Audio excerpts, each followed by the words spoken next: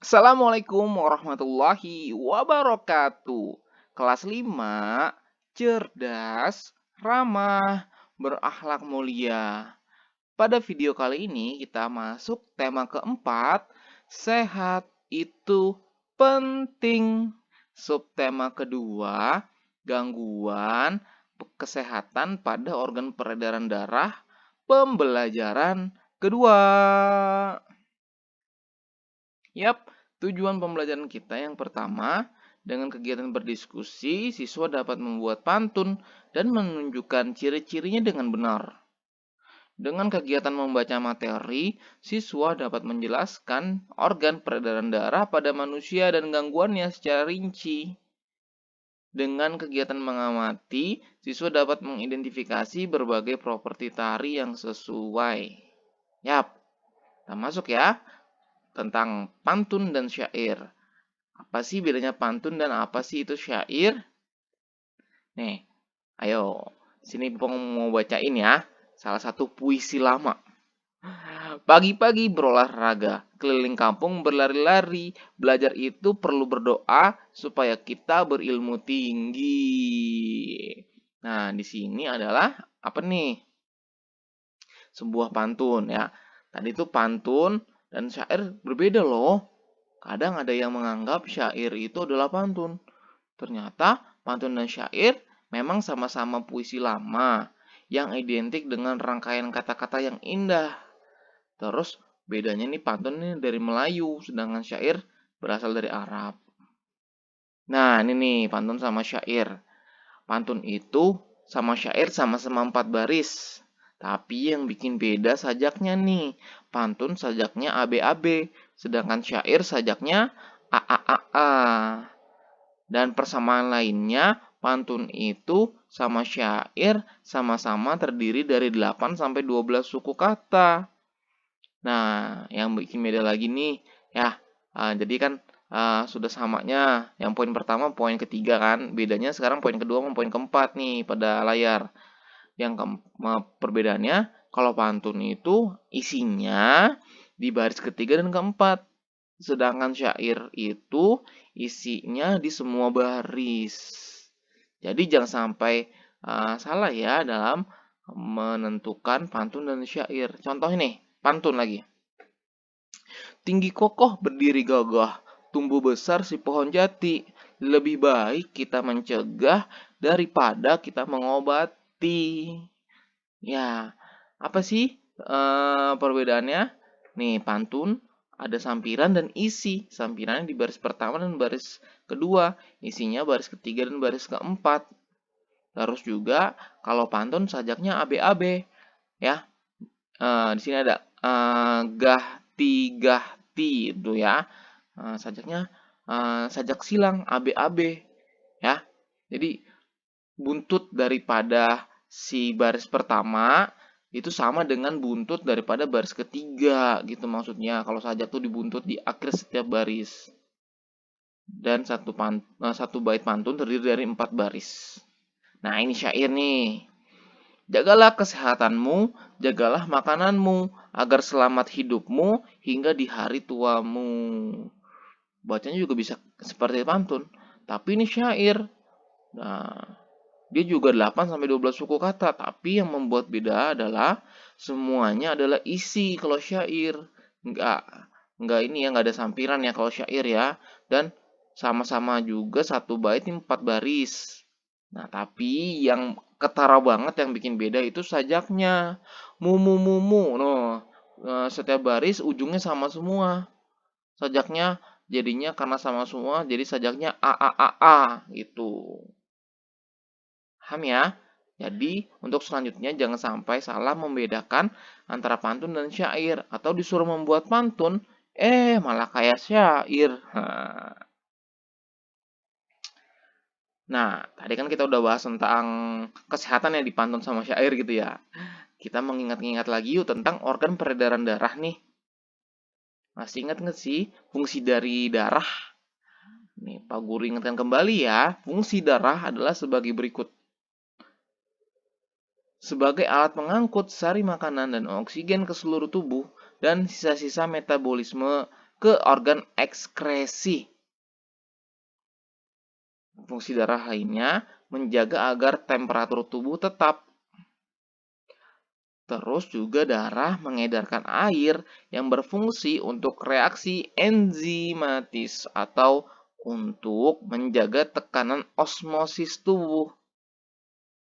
Lanjutnya, darah mengedarkan getah bening. Dan darah menghindarkan tubuh dari infeksi atau membentuk antibodi berupa sel darah putih dan sel darah pembeku. Darah juga menjaga kestabilan tubuh.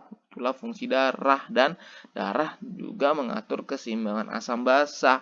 Bayangin deh kalau misalnya darah kita terjadi gangguan, pasti kan seluruh fungsi darah ini akan berjalan tidak baik gitu.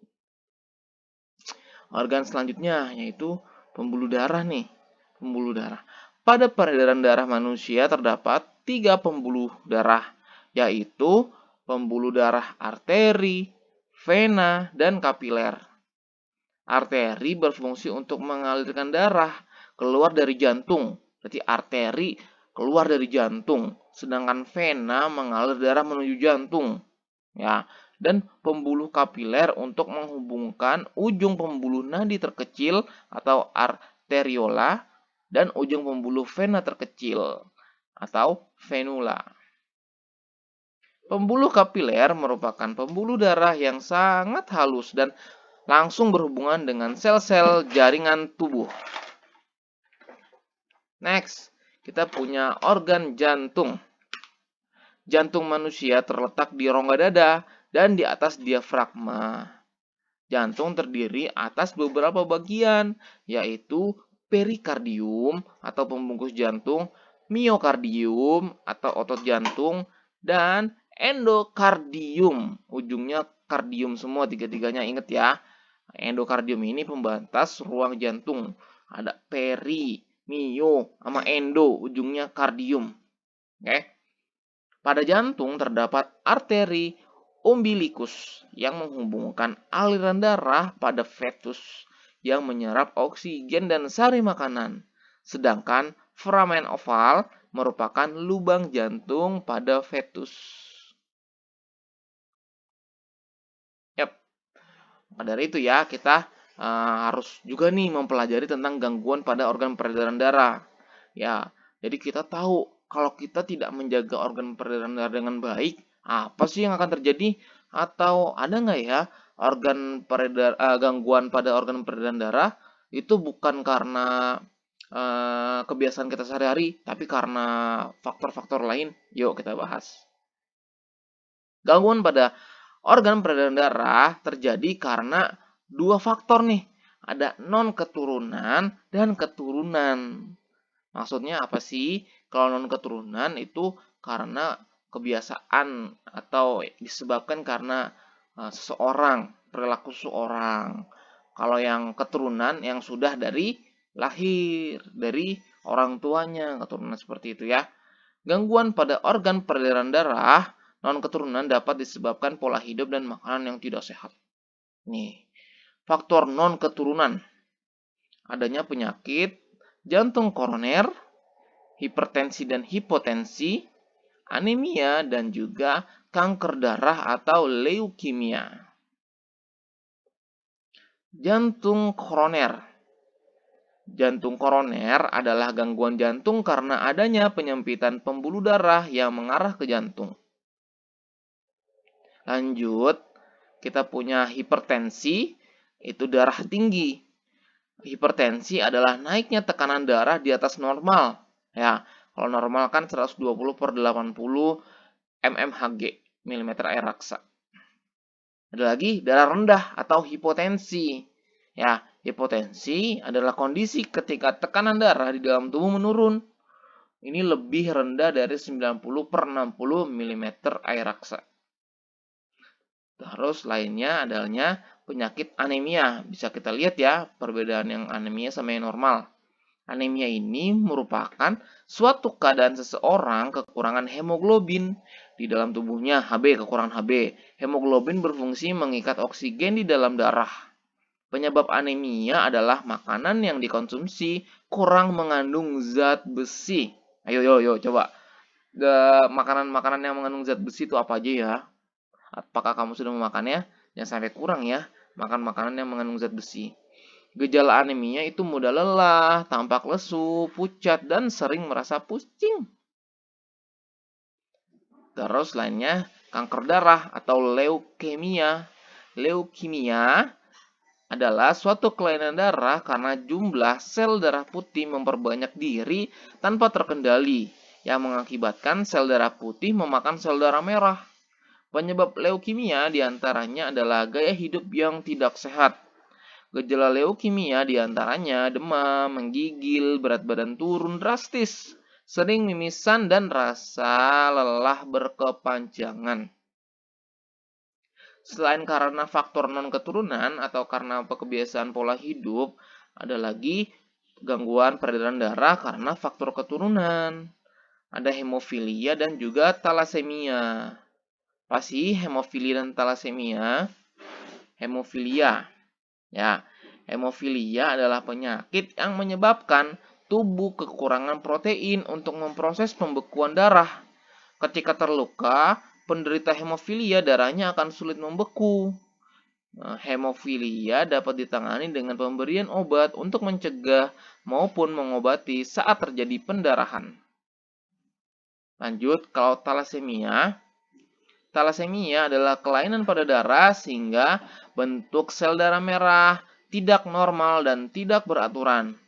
Para penderita talasemia, sel darah merah tidak berfungsi dengan baik dan mudah rusak sehingga oksigen yang dialirkan ke seluruh tubuh tidak cukup.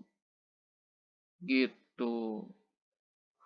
Usaha apa sih yang harus kita bisa lakukan agar terhindar dari gangguan alat peredaran darah kita ya? Pasti, yang jelas pola hidup sehat. Sebagai berikut nih, makan makanan yang bergizi, olahraga yang teratur, tidur dan istirahat yang cukup. Dengan berolahraga, kita dapat meminimalisasi gangguan pada organ peredaran darah.